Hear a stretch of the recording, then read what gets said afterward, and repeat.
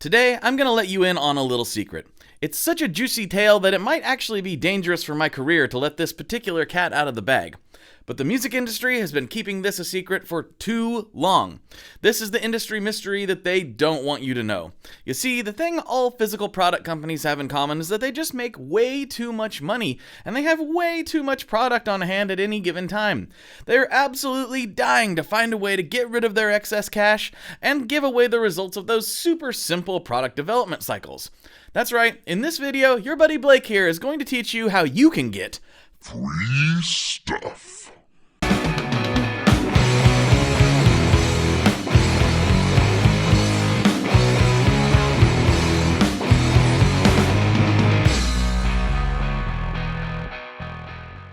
I'm sure you've caught on to this, but in case it wasn't abundantly clear, that was a joke. So what then is the real point of this video? For that, I'll have to give you a little context. Bear with me for just a moment. My name is Blake Weiland, and I am the host of the Tone Mob Podcast, which is the longest-running interview-style guitar podcast on the internet.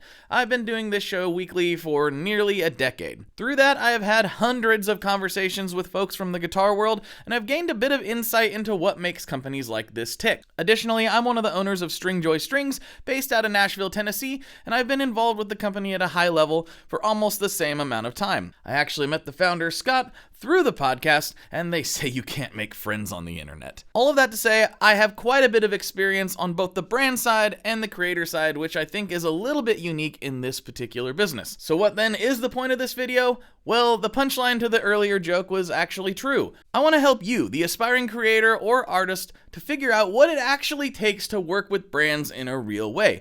You would be surprised at the emails we get into the inbox, the DMs we get on the social media platforms from people who just really don't have this particular angle figured out. Now, I want to help them, I want to help you, I want to help me, I want to help everybody's inboxes. And you're not just going to hear from me. I tapped some friends on the shoulder to ask if they would contribute to this video, and they are some folks from the guitar gear industry that you've almost certainly heard of, and if you haven't, well, you probably should have.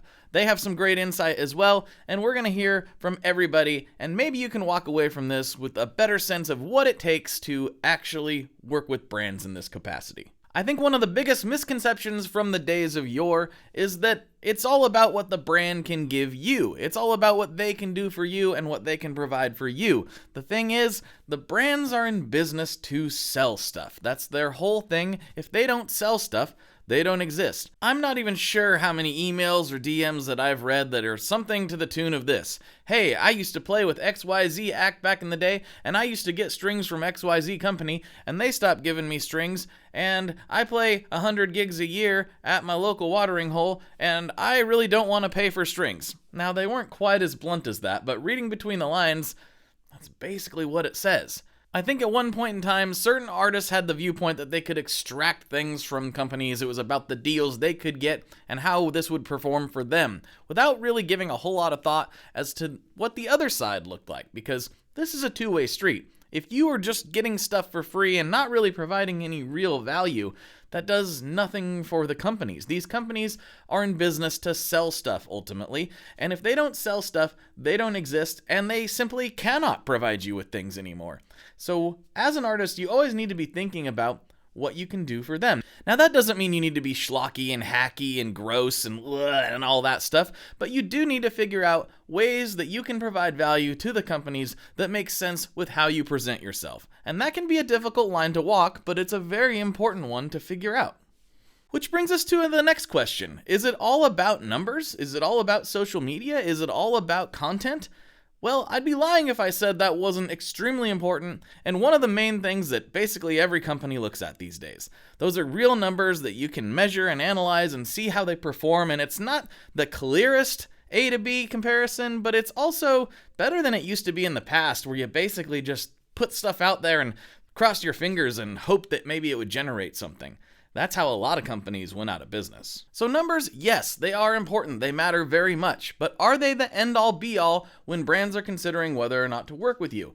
The answer to that is a resounding no. So I brought in a bunch of industry friends. I asked them the same question. What is the number one thing you look for in an artist or content creator when deciding whether you're going to work with them or not?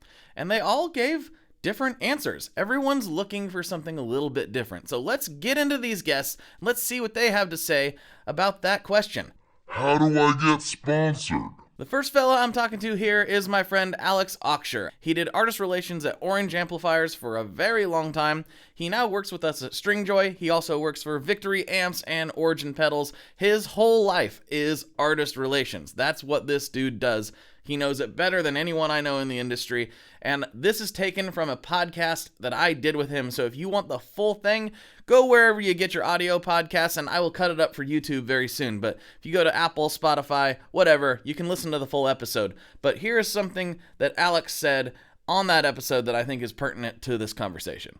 And maybe we should focus on that, because that's how a lot of people might, first reach out.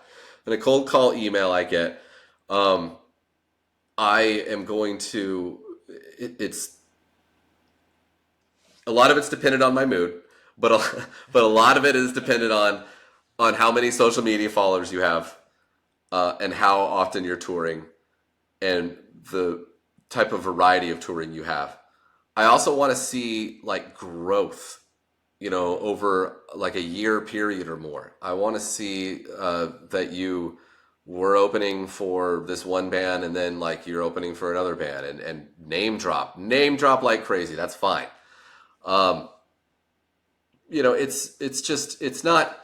It's not for everybody, an endorsement. It's pointless for some people. Some people just want to buy their stuff, and they don't want the association. They don't want to bother with me, because I can get you stuff, free stuff, discounts on stuff, but you owe me something. It's not free. It is a piece of your soul. If you love the brand, it's not a difficult choice. Right. You know what I mean? And so I don't start artist relationships normally on a guess. You know what I mean? The artist needs to want to try it at least. Mm-hmm. And they get it, and they try it, and they love it. Great. You don't love it. What's the point of this? Next, we're going to hear from my good friend, Mr. Brian Wampler of Wampler Pedals. I record the Chasing Tone podcast with Brian every single week. Brian, Richard, and I get into all kinds of shenanigans, and after spending so many hours talking to the guy, I was pretty sure I knew what he was going to say. But he actually surprised me a little bit with what he focused on in his response, so let's get into it. So what kinds of things are we looking for whenever we're looking at content creators and some sort of sponsorship? Basically, the things that I'm looking for is I want to see good content. So I don't like the whole negative content thing, like why this company sucks and why that company's terrible and what this company's doing wrong. I'm not a big fan of that type of content. Aside from that, let's look at like views. That's what I'm looking at. Not so much subscribers, but views. So take a given video. If it's got 1,000 views and 100 comments, I love that. That means you have a super engaged audience.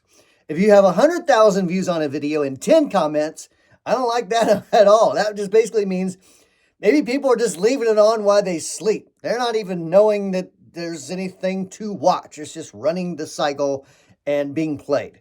So I'm not a big fan of that. So I like to see kind of a combination of good amounts of views, lots of engagement, people that love what you do. I would always prefer like a good positive message of some sort, something that helps a person or entertains a person positively in a positive way.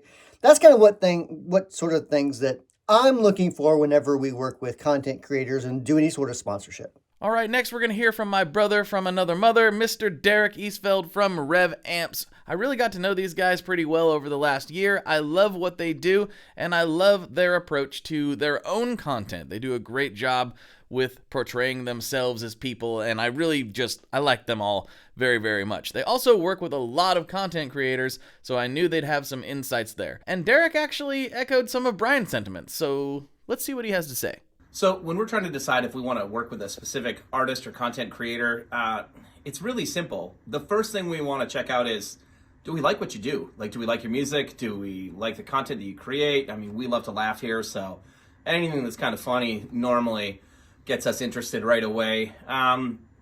We do pay attention a lot to, like, what kind of tones are you getting, right? Do we feel like the product is a good fit for you?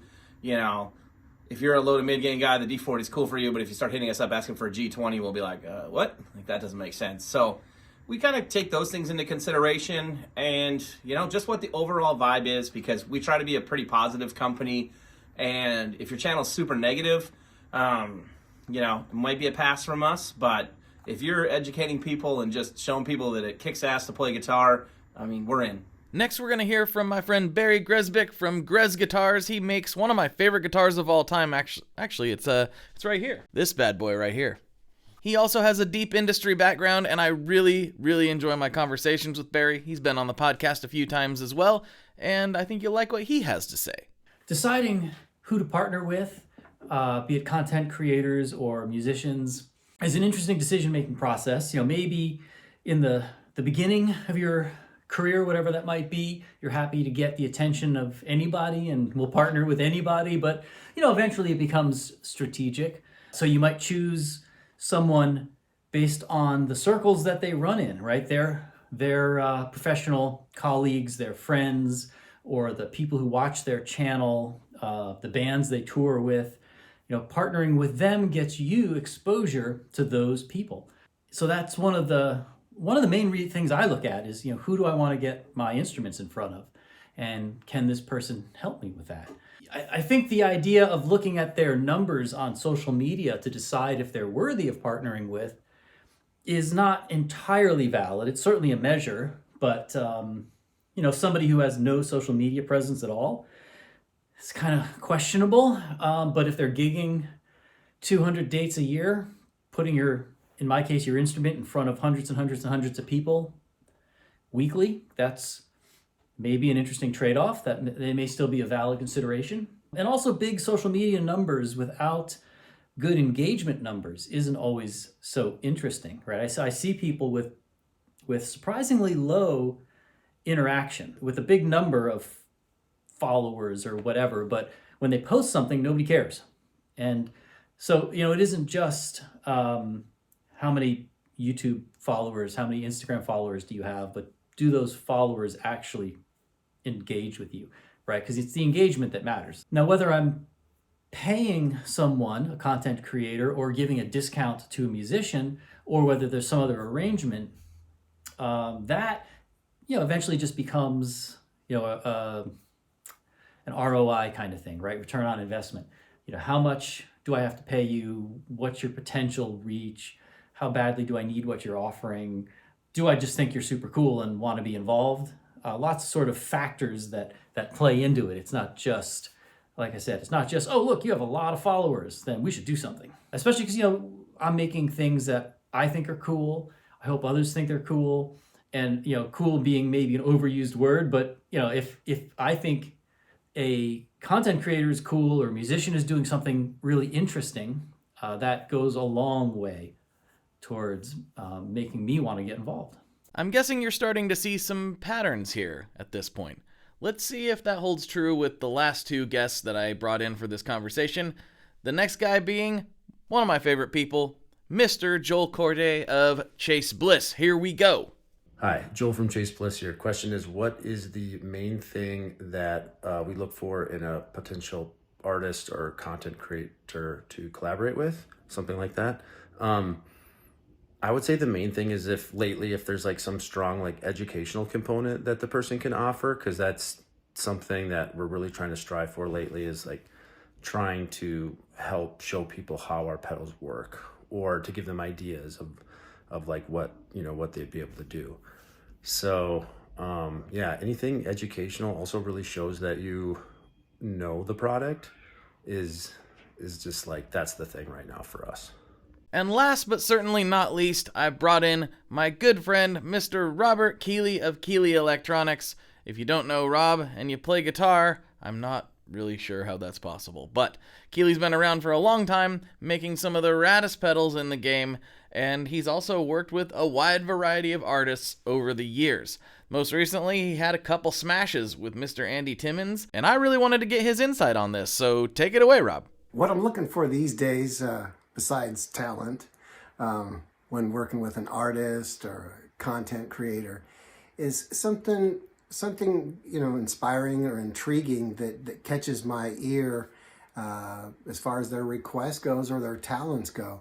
Like with Andy Timmons, it was really kind of fun for him to go, you guys are pretty close on that dual delay sound, but there's a lot more you need to, look into before we start inspiring people. And it's the same thing with content creators. Their audience is who I'm trying to reach. And if they're doing inspiring things and creative things and ingenious things, that's what I'm looking for. I think there is one big message underpinning everything that those people were saying, even though they're looking for slightly different things. And that is, you need to be a part of the conversation. Doesn't matter if you're a touring musician, a songwriter, a YouTuber, an Instagrammer, or maybe you're doing all of those things.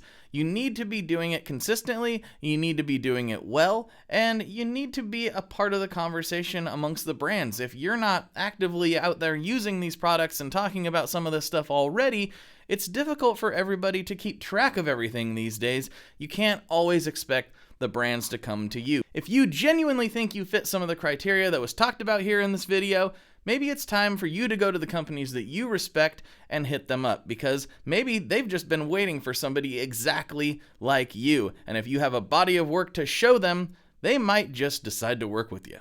So unfortunately, I may have lied a little bit in the beginning of this episode. As you can see, there's not really such a thing as getting free gear. Hope you enjoyed this, folks. Please like, comment, subscribe. I'd love to hear your opinion in the comments, especially if you are somebody doing this actively for a living, or as a side gig, or as just something you really enjoy. I'd love to hear your content creator stories in the comments, or if you're a brand and you have something else to add, please get in there. Let me know as well. I'm always looking for new information, and I love talking to people. Jump in the comments. Let me know. Like, comment, subscribe, all that good stuff. Thanks for hanging out. I'm Blake, and as always, folks, good luck and good tones.